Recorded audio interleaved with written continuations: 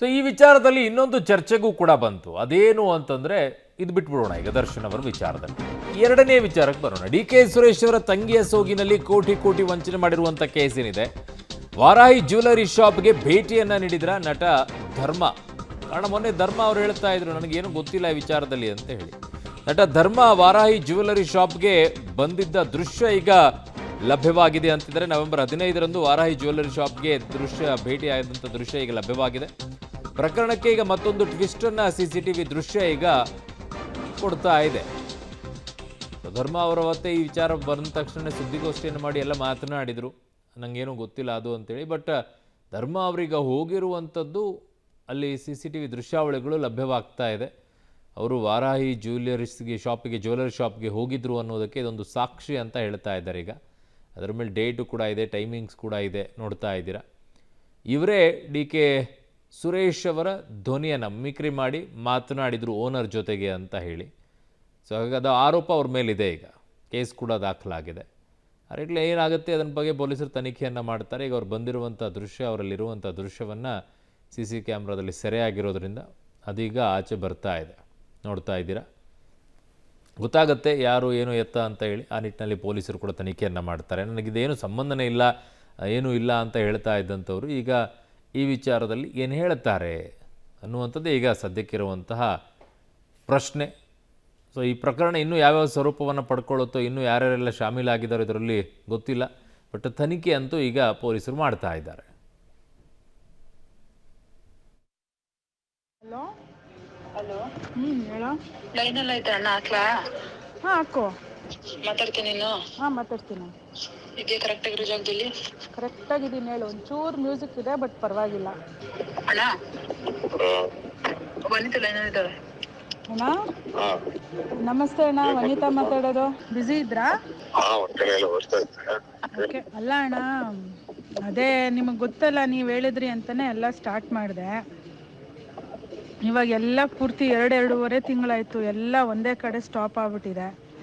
ಐಶು ಅದಕ್ಕಿಂತ ಮುಂಚೆ ಸ್ವಲ್ಪ ಎಲ್ಲ ಸರಿ ಮಾಡ್ತಿದ್ಲು. ಇವಾಗ ಅವಳು ಫುಲ್ಲು ಪ್ರಾಬ್ಲಮಲ್ಲಿದ್ದಾಳೆ. ಇವಾಗ ಒಂದು ರೊಟೇಷನ್ ಮಾಡಿಲ್ಲ ಅಂದರೆ ತುಂಬ ಕಷ್ಟ ಆಗ್ಬಿಡುತ್ತಣ್ಣ. ಜನವರಿಯಿಂದ ಹಾಂ ಈ ಎಲೆಕ್ಷನ್ ಬಂದ್ಮೇಲೆ ಬಹಳ ನನಗೆ ಸಿಕ್ಕಾಪಟ್ಟೆ ಟ್ರೀಟ್ ಆಗಿದೆ. ತುಂಬಾ ಮಳೆ ಎಲ್ಲ ಇದಾಗಿದೆ. ಏನಾಗಿದೆ ನನ್ನಿಂದ ನಿಮಗೂ ತೊಂದರೆ ಆಗಿರೋದು ನಿಮ್ಗೆ ಗೊತ್ತಿದೆ. ಆದಷ್ಟು ಬೇಗ ಫುಲ್ಫಿಲ್ ಮಾಡ್ತೀನಿ. ಏನೇ ಲಾಸ್ ಆಗಿದ್ರು ನಾನು ಕವರ್ ಮಾಡ್ಕೊಡ್ತೀನಿ. ಬೇಕಾದ್ರೆ ನಾನು ಸೇರ್ಸೇ ಕೊಡ್ತೀನಿ. ಅಲ್ಲ ಅಣ್ಣ, ಬಟ್ ಮೇ ತನಕ ತಡೆಯೋದು ತುಂಬ ಕಷ್ಟ ಅಣ್ಣ. ಇವಾಗ ಏನಿಲ್ಲ ಅಂದ್ರು ಏನು ಮಾಡಕ್ಕಾಗಲ್ಲ. ಎಲ್ಲ ಕತ್ತೆ ಬಂದು ಕೂತಿದ್ರು.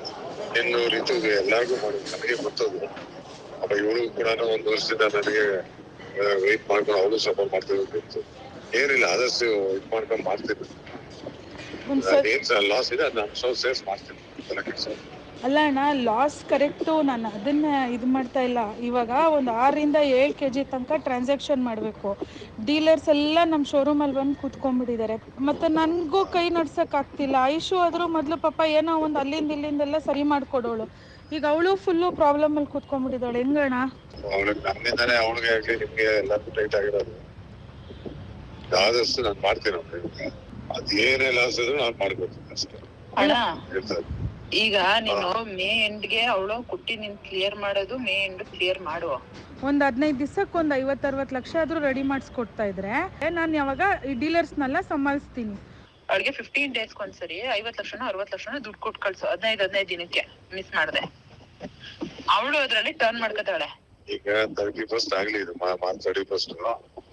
ಆಮೇಲೆ ನಾನು ಕೂರ್ಸ್ಕೊಂಡ್ ಮಾತಾಡ್ಬಿಟ್ಟು ಅದೇ 15 ಡೇಸ್ ಅದನ್ನ ಐಡಿಯಾ ಮಾಡಿ ಮುಗಿಸ್ತೀನಿ. ನನ್ನ ಸಹೋದ್ಯೋಗಿ ಈಗ ಮದೇಶ್ ನನ್ನ ಸಂಪರ್ಕಕ್ಕೆ ಸಿಗ್ತಾ ಇದ್ದಾರೆ. ಮದೇಶ್, ಈ ಪ್ರಕರಣ ಹಂತವಾಗಿ ಬೇರೆ ಬೇರೆ ರೀತಿಯಾದಂಥ ತಿರುವುಗಳನ್ನು ಪಡ್ಕೊಳ್ತಾ ಇದೆಯಾ, ಅಥವಾ ಇವರೇನೋ ಬಿಸ್ನೆಸ್ ಮಾಡಕ್ಕೆ ಹೋಗ್ಬಿಟ್ಟು ತಗಲಾಕೊಂಡು ಈಗ ವಂಚನೆ ಅನ್ನುವಂಥ ಪ್ರಕರಣ ಮೇಲ್ನೋಟಕ್ಕೆ ಕಾಣಿಸ್ಕೊಳ್ತಾ ಇದೆಯಾ, ಹೇಗೆ ಅಂತ? ಅರುಣ್, ಇವರಿಬ್ರು ತುಂಬಾ ಥಿಕೆಸ್ಟ್ ಫ್ರೆಂಡ್ಸ್, ಇವರೆಲ್ಲ ಆತ್ಮೀಯ ಫ್ರೆಂಡ್ಸ್ ಇವರಿಬ್ರು ಕೂಡ ಅಂದ್ರೆ ಇವರು ನೆನ್ನೆ ನಾನು ಮಾತಾಡಿಸುವಂತ ಸಂದರ್ಭದಲ್ಲಿ ವನಿತಾ ಐತಾಳ್ ಅವರು ಹೇಳ್ತಾ ಇದ್ದಿದ್ದು ನನಗೆ ತುಂಬಾ ಕ್ಲೋಸ್ ಫ್ರೆಂಡ್ ಅಂತ, ಜೊತೆಗೆ ಆಡಿಯೋ ಕೇಳಿಸ್ಕೊಂಡಂತ ಸಂದರ್ಭದಲ್ಲೂ ಕೂಡ ತುಂಬಾ ಆತ್ಮೀಯವಾಗಿ ಕರೀತಾರೆ, ಐಶು ಅಂತಾನೆ ಅವರು ಕರೆಯುವಂಥದ್ದು. ಅಂದ್ರೆ ಇವರಿಬ್ರು ಕೂಡ ತುಂಬಾ ಆತ್ಮೀಯ ಫ್ರೆಂಡ್ಸು. ಅವರು ತುಂಬಾ ಬಿಸ್ನೆಸ್ ಅನ್ನ ಮಾಡ್ಕೊಟ್ಟಿದ್ದಾರೆ ಹಲವು ಕಡೆಗಳಲ್ಲಿ. ಒನ್ ಆಫ್ ದಿ ಓನರ್ ಅಂತಾನೆ ಇವರನ್ನ, ಅಂದ್ರೆ ಐಶ್ವರ್ಯ ಗೌಡನ್ನ ಇವರು ವನಿತಾ ಐತಾಳ ಪರಿಚಯ ಮಾಡ್ಕೊಡ್ತಾ ಇದ್ರಂತೆ. ಆದ್ರೆ ಈಗ ಏನು 14 kg ಚಿನ್ನವನ್ನ ತೆಗೆದುಕೊಂಡಿರ್ತಾರೆ, ಆ ನಂತರ ಇವರಿಬ್ಬರ ಮಧ್ಯೆ ವೈಮನಸ್ಸು ಉಂಟಾಗಿದೆ. ಇದು ದುಡ್ಡು ವಾಪಸ್ ಕೊಟ್ಟಿಲ್ಲ ಅನ್ನುವಂಥದ್ದು, ಹಾಗೆ DK ಸುರೇಶ್ ಅವರ ಹೆಸರುಗಳನ್ನ ತಂದಿರುವಂಥದ್ದು, ಆ ನಂತರ ಆ ಹೆಸರನ್ನ ಹೇಳ್ಕೊಂಡು ನಂಗೆ ಚೀಟ್ ಮಾಡಿದ್ದಾರೆ ಅನ್ನುವಂಥದ್ದು ಈಗ ಅವರಿಗೆ ಗೊತ್ತಾಗ್ತಾ ಇರುವಂಥದ್ದು. ಅಂದ್ರೆ ಧರ್ಮೇಂದ್ರ ಅವರು ಮಾತಾಡಿದ್ದಾರೆ, ನಟ ಧರ್ಮೇಂದ್ರ ಅವರ ವಾಯ್ಸ್ ಅದು. ಧರ್ಮೇಂದ್ರ ಅವರನ್ನು ಕೂಡ ನಾವು ಕೇಳಿದಂಥ ಸಂದರ್ಭದಲ್ಲಿ ಅವರು ಕೂಡ ಒಪ್ಕೊಂಡಿದ್ದಾರೆ. ಆ ಬಗ್ಗೆ ಕೂಡ ನಮಗೆ ಮಾಹಿತಿ ಇದೆ, ಆ ಬಗ್ಗೆ ಕೂಡ ಡಾಕ್ಯುಮೆಂಟ್ಗಳಿದೆ ಅನ್ನುವಂಥ ಮಾಹಿತಿನ ವನಿತಾ ಐತಾಳ್ ಅವರು ಹೇಳ್ತಾ ಇರುವಂಥದ್ದು. ಒಟ್ಟಾರೆ ಈ ಪ್ರಕರಣ ಬಗೆದಷ್ಟು ಹೋದಂತೆ ಹಲವು ರೀತಿಯಾದಂಥ ಆಯಾಮಗಳನ್ನು ಪಡೆದುಕೊಳ್ತಾ ಇದೆ. ಈಗ ಧರ್ಮೇಂದ್ರ ಅವರು ನಿನ್ನೆ ಕೇಳಿದಂಥ ಸಂದರ್ಭದಲ್ಲಿ ಪಬ್ಲಿಕ್ ಟಿವಿ ಮಾತಾಡಿಸಿದಂಥ ಸಂದರ್ಭದಲ್ಲಿ ಇಲ್ಲ, ನನಗೂ ಅದಕ್ಕೆ ಸಂಬಂಧನೇ ಇಲ್ಲ, ನಾನು ಕೇವಲ 9 ಲಕ್ಷದ ಆಭರಣ ತಗೊಂಡಿದ್ದೆ ಅಷ್ಟೇ, ಅದಕ್ಕೆ ಸಂಬಂಧ ಅದನ್ನ ಹೊರತುಪಡಿಸಿ ಇವರಿಬ್ಬರ ನಡುವೆ ಏನೇನೆಲ್ಲ ಬಿಸ್ನೆಸ್ ಆಗಿದೆ ಅದು ನನಗೆ ಗೊತ್ತಿಲ್ಲ ಅನ್ನುವಂಥ ಮಾತನ್ನು ಹೇಳಿದರು. ಆದರೆ ಇವತ್ತು ಆ ಆಡಿಯೋ ಏನಿದೆ, ಅಂದರೆ DK ಸುರೇಶ್ ಅವರು ಅವರ ಧ್ವನಿಯಲ್ಲಿ ಮಾತಾಡಿದ್ದಾರೆ ಧರ್ಮೇಂದ್ರ ಅನ್ನುವಂಥ ಆರೋಪ ಮಾಡಿರುವಂಥ ಆಡಿಯೋ ಏನಿದೆ ಅದು, ಆ ಆಡಿಯೋಗೆ ಸಂಬಂಧಪಟ್ಟಂತೆ ಧರ್ಮೇಂದ್ರ ಅವರು ಉತ್ತರವನ್ನ ಕೊಡಬೇಕಾಗುತ್ತೆ. ಯಾಕಂದ್ರೆ ಇವತ್ತು ಆಡಿಯೋ ಅಂದ್ರೆ ಆಡಿಯೋ ವೈರಲ್ ಆಗ್ತಾ ಇರುವಂಥದ್ದು, ಅದರಿಂದಾಗಿ ಇವತ್ತು ಯಾವ ರೀತಿಯಂತ ಪ್ರತಿಕ್ರಿಯೆ ಕೊಡ್ತಾರೆ ಅಂತ ಅವರನ್ನು ಕೂಡ ಸಂಪರ್ಕ ಮಾಡುವಂತ ಪ್ರಯತ್ನವನ್ನು ಮಾಡ್ತಾ ಇದೀವಿ. ಆದರೆ ಅವರ ನಂಬರ್ ಸ್ವಿಚ್ ಆಫ್ ಬರ್ತಾ ಇದೆ. ಒಟ್ಟಾರೆ ಈ ಪ್ರಕರಣದಲ್ಲಿ ಯಾರು ತಪ್ಪಿತಸ್ಥರು, ಇವರಿಬ್ರು ಕೂಡ ಒಟ್ಟಿಗೆ ಬಿಸ್ನೆಸ್ ಮಾಡಿ ನಂತರ ಏನಾದರೂ ವೈಮನಸ್ಸು ಬಂತ, ಅಥವಾ ಇವರು ನಿಜವಾಗ್ಲೂ ಮೋಸ ಮಾಡಿದ್ದಾರಾ, ಯಾಕೆ DK ಸುರೇಶ್ ಅವರ ಹೆಸರನ್ನ ಬಳಸ್ಕೊಂಡ್ರು, ಮತ್ತೆ ಧರ್ಮೇಂದ್ರ ಅವರ ಪಾತ್ರ ಏನು ಇದರಲ್ಲಿ, ಇವೆಲ್ಲವೂ ಕೂಡ ತನಿಖೆಯಲ್ಲಿ ಗೊತ್ತಾಗಬೇಕಾಗಿದೆ. ಒಟ್ಟಾರೆ ಈ ಪ್ರಕರಣ ಒಂದು ರೀತಿ ಗೋಜಲಾಗಿರುವಂಥದ್ದು. ಇದನ್ನ ತನಿಖೆಯ ಮೂಲಕ ಪೊಲೀಸರು ಬಗೆಹರಿಸುವಂತ ಕೆಲಸ ಮಾಡಬೇಕಾಗುತ್ತೆ. ಅರುಣ್. ಓಕೆ, ಮಾದೇಶ್ ಮೇಲೆ ಮಾಹಿತಿಗೆ ಧನ್ಯವಾದಗಳು. ಅದು DK ಸುರೇಶ್ ಅವರ ಹೆಸರಿನಲ್ಲಿ ಆ ಧ್ವನಿಯಲ್ಲಿ ಧರ್ಮ ಅವರು ಮಾತನಾಡಿರುವಂಥದ್ದು ಇಷ್ಟೊತ್ತು ನೀವು ಆಡಿಯೋ ಕಾನ್ವರ್ಸೇಷನ್ ಕೇಳಿಸ್ಕೊಳ್ತಾ ಇದ್ದೀರಿ.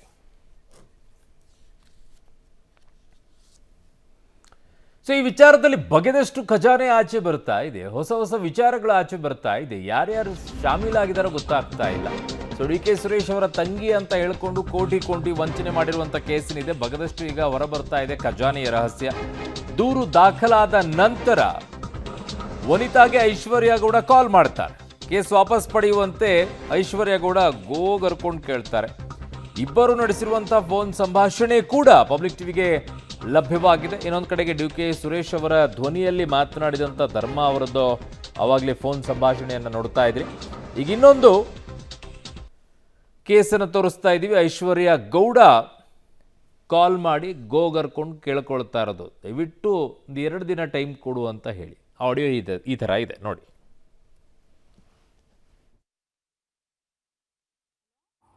ಹಲೋ, ಆಯ್ತು, ಇಲ್ಲ ನಿನ್ ಕಾಲ್ ಕಟ್ಕೊತೀನಿ, ಸ್ಟಾಪ್ ಮಾಡ್ಸಿ. ನನಗೆ ದುಡ್ಡು ಬೇಕು ಐಶು, ನನಗೆ ದುಡ್ಡು ಬೇಕು.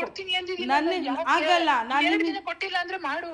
2 ದಿನ ಕೊಟ್ಟಿಲ್ಲ ನನಗೆ ಇವಾಗ ಫಸ್ಟ್ ಇವಾಗ ದುಡ್ಡು ತಂದಿಡು ಐಶು, ನಾನು ಕಷ್ಟಪಟ್ಟು ತಂದಿರೋ ದುಡ್ಡು. 2 ದಿನದಲ್ಲಿ ಮಾಡ್ತೀನಿ ಅನ್ನಲ್ಲ, 2 ದಿನದಲ್ಲಿ ನಾನು ಮಾಡಿಲ್ಲ ಅಂದ್ರೆ ನೀನ್ ಏನ್ ಬೇಕಾದ್ರೂ ಅರ್ಧ ತರ್ಸಿ. ಇವಾಗ ನಿನ್ನ ಹತ್ರ ಇದೆ, ಕನೆಕ್ಟ್ ಇದೆ ತಾನೇ, ನೀನ್ ಮಾಡ್ಸು. ಇಲ್ಲ DK ಸುರೇಶ್ ಇದ್ದಾರೆ ತಾನೇ, DK ಸುರೇಶ್ ಹತ್ರ ತರ್ಸು. ಒಂದನ್ನು ಈಚೆ ಬರುತ್ತೆ ಕಣ, ನನ್ಗೆ ನಾನ್ ಸಾಯ್ಬೇಕಾಗುತ್ತೆ. ನೋಡು, ನೀನು ಸಾಯೋದು ಅದು ಇದು ಐಶು. 2 ದಿನ ಮಾಡ್ಸು, 2 ದಿನದಲ್ಲಿ ನಾನು ಕೊಟ್ಟಿಲ್ಲ ಅಂದ್ರೆ ನೀನ್ ಕೇಳು, ನೀನ್ ಇದೇ ಕೆಲಸ ಮಾಡಿ 2 ದಿನದಲ್ಲಿ. ಆಗಲ್ಲ, ಆಯ್ತು. ಮನೆಗ್ ಬಂದಿದ್ದಾರೆ, ಸ್ಟೇಷನ್ ಅಲ್ಲಿ ಬರ್ಕೊಂಡಾಗ್ಲೂ ಹೇಳಿದ್ರೆ 2 ದಿನಕ್ಕೆ 26 ಅವ್ರಿಗೂ ಹೇಳಿದೀನಿ ಸರ್, 26ನೇ ತಾರೀಕು 27ನೇ ತಾರೀಕಲ್ಲಿ ಅವ್ರಿಗೆ ಬರ್ತೀನಿ ಸರ್ ಅಂತಾನೆ ಹೇಳ್ಬಿಟ್ಟು ಬಂದಿದ್ದೀನಿ. ನಿನ್ನೆಯಿಂದ ಬೇರೆ ಏನೇನೋ ಮಾಡ್ತಾ ಇದ್ದೀನಿ ಕೆಲ್ಸನ. ನಿನ್ನೆಯಿಂದ ಸಿಕ್ಕಾಪಟ್ಟೆ ಕೆಲಸ ಮಾಡಿದ್ದೀನಿ ಇದಕ್ಕೋಸ್ಕರನೇ. ನೀನ್ ಮಾಡ್ತಿರೋದು ಹೆಂಗ್ ಅನ್ಸ್ತಾ ಇದೆ ಅಂತಂದ್ರೆ, 1 ರೂಪಾಯಿ ಕೊಡಬಾರ್ದು ಅಂತ ಮಾಡ್ತಾ ಇದೆಯಾ ಅನ್ನೋ ತರಾನೇ ಅನ್ಸ್ತಾ ಇದೆ. ನಾನ್ ನಿನ್ನ ಹತ್ರ ಎಷ್ಟ್ ಸರಿ ಮಾತಾಡಿದ್ದೀನಿ ಕುತ್ಕೊಂಡು. ಅಲ್ಲ ಐಶು, ಇವತ್ತು 10 ಕೋಟಿ ಇರೋದು 14 ಕೋಟಿ ಆಗಿದೆ. ನಾನು ಕೋಟಿನೇ ಕೊಡ್ತೀನಿ ತಾಯಿ, ನಾನ್ ನಿಂಗೆ ಅದೇ ಅಂದಿರೋದು. 10 ಕೊಡೋದು, 4 ಅಲ್ಲಿ ವಹಿಸ್ಕೊಡೋದು, ಮಿಕ್ಕಿದೇನಿದೆ ನಿನ್ ಕೊಡ್ತೀನಿ ಅಂತಾನೆ ನಾನ್ ನಿಂಗೆ ಹೇಳ್ತಾ ಇದ್ದೀನಿ. ನೀನ್ ಈ ಕೆಲಸ ಮಾಡಿ ಮರ್ಯಾದೆ ಹೋಯ್ತು ಅಂದ್ರೆ 2 ದಿನದಲ್ಲಿ ನೀನ್ ಯಾರು ಕೊಡ್ತಾರೆ? ಅವ್ರ ಏನಾರು ನೋಡ್ಬಿಟ್ರೆ ನನ್ಗೆಲ್ಲೇ ದುಡ್ಡು ಕೊಡ್ತಾರೆ ಅವರು. ನನ್ನ ಹತ್ರ ಆಗ್ತಾ ಇಲ್ಲ, ನನಗಿಲ್ಲ ಅಂದ್ರೆ ಅವ್ನ್ ಕೇಸ್ ಆಗ್ತಿಲ್ಲ. ಮಾಡ್ತಿದೆ ಅಂತ ಹೇಳ್ಬಿಟ್ಟು ಬಂದಿದ್ದೇನಲ್ಲ ಮೊನ್ನೆನೂ. ಪ್ಲೀಸ್ ಸ್ಟಾಪ್ ಮಾಡ್ಸಿ. ಆಯ್ತು, ನಾನು ಮಾತಾಡ್ತೀನಿ.